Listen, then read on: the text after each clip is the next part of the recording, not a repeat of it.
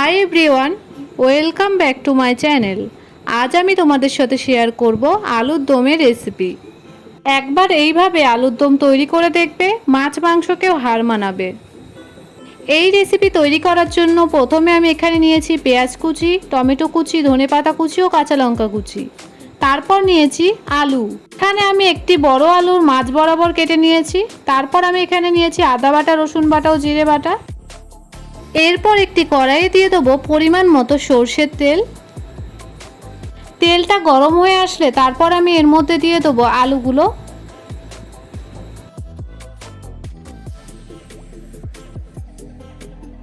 তারপর একবার বেশ ভালো করে মিক্স করে নেব।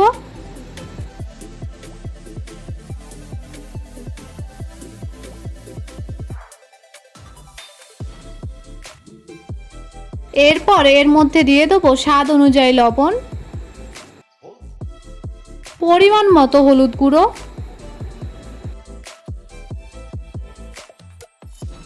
দিয়ে সব কিছু আবারও একবার বেশ ভালো করে মিক্স করে নেব। এরপর আমি 6 থেকে 7 মিনিট আলুগুলো বেশ ভালো করে ফ্রাই করে নেব।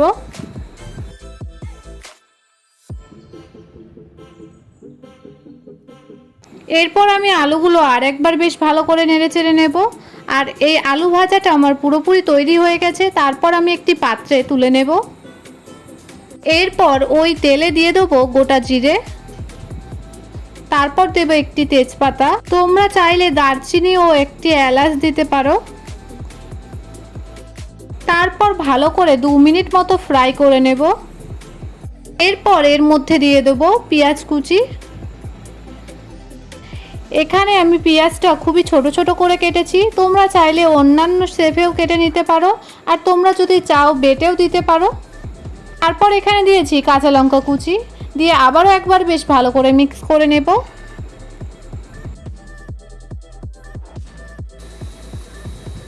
তারপর এর মধ্যে দিয়ে দেবো স্বাদ অনুযায়ী লবণ। এরপর দেবো পরিমাণ মতো হলুদ গুঁড়ো, দিয়ে সব কিছু বেশ ভালো করে মিক্স করে নেব। আর পেঁয়াজ ও লঙ্কা দেওয়ার পর 3 থেকে 4 মিনিট মতো বেশ ভালো করে ভেজে নেবে। তারপর এর মধ্যে দিয়ে দেবো টমেটো কুচি, দিয়ে সব কিছু আবারও একবার মিক্স করে নেব।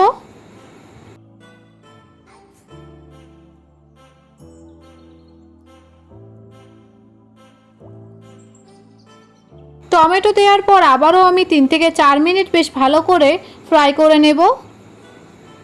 তারপর এর মধ্যে দিয়ে দেবো আদা বাটা, জিরে বাটা, রসুন বাটা।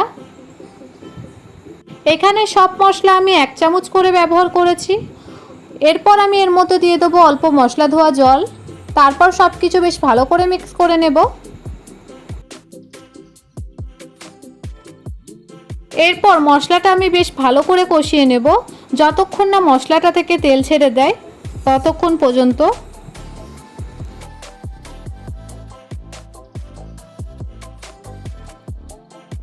আর এরই মাঝে একবার দিয়ে দেব লঙ্কার গুঁড়ো পরিমাণ মতো।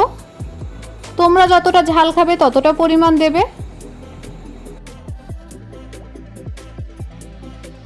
এইদিকে মশলাটা আমার পুরোপুরি তৈরি হয়ে গেছে। তারপর আমি এর মধ্যে দিয়ে দেবো ভেজে রাখা আলুগুলো, দিয়ে সব কিছু বেশ ভালো করে একবার মিক্স করে নিচ্ছি। আলু দেওয়ার পর আমি 2 মিনিট মতো কষিয়ে নেব। এরপর এর মধ্যে দিয়ে দেবো পরিমাণ মতো জল সিদ্ধ করার জন্য।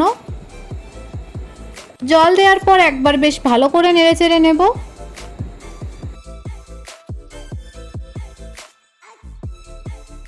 এরপর ঢাকনা দিয়ে ঢেকে 7 থেকে 8 মিনিট মতো বেশ ভালো করে সিদ্ধ করে নেব।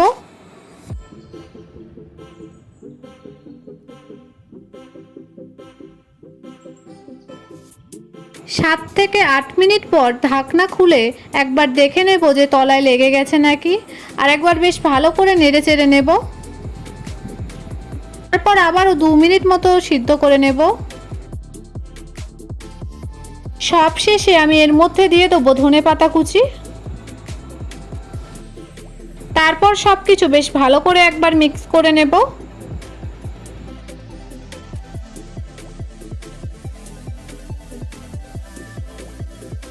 আর আমি তোমাদেরকে একবার দেখিয়ে দিচ্ছি আলুটা ঠিক সিদ্ধ হয়েছে নাকি। দেখুন কত সুন্দরভাবে আলুটা সিদ্ধ হয়ে গেছে। এরপর 1 মিনিট মতো ফুটিয়ে নিলে তৈরি হয়ে যাবে এই রেসিপিটা। তোমাদের যদি আমার এই ভিডিও ভালো লাগে তবে লাইক, কমেন্ট, শেয়ার, সাবস্ক্রাইব করবেন।